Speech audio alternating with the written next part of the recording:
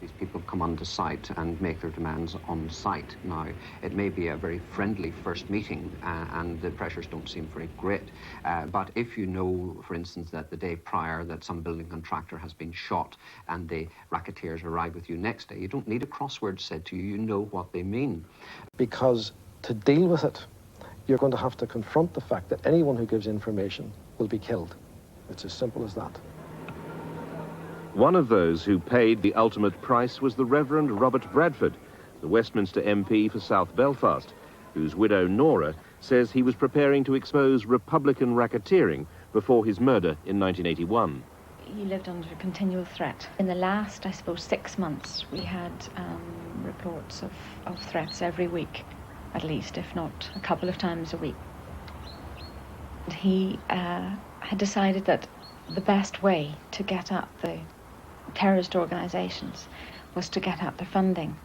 He felt that the only way to undermine that type of organisation was to stop the funds.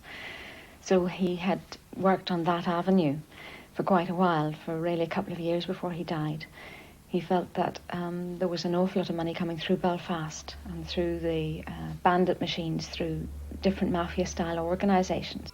In the early 70s, when there was consistent civil turmoil, which meant that buses were being hijacked or stoned or burnt, and people couldn't get up from the centre of Belfast, men then started taxiing up and down the Falls Road, taking their own routes through back streets and avoiding the turmoil on the front of the road. Once again, the IRA took over the taxis and exact a weekly toll from the drivers. Pretty soon, they found they were making so much money out of running the taxis that when normality began to return and buses started to run again on the Falls Road, people burnt the buses and hijacked them, and it was impossible for the buses to compete. A campaign of bombing pubs and hotels led to a situation where the Conway Street Mill officers of the Association of Drinking Clubs now control scores of seemingly shabby but highly profitable drinking clubs like this one in the Ardoyne. At the moment, it grosses over 90,000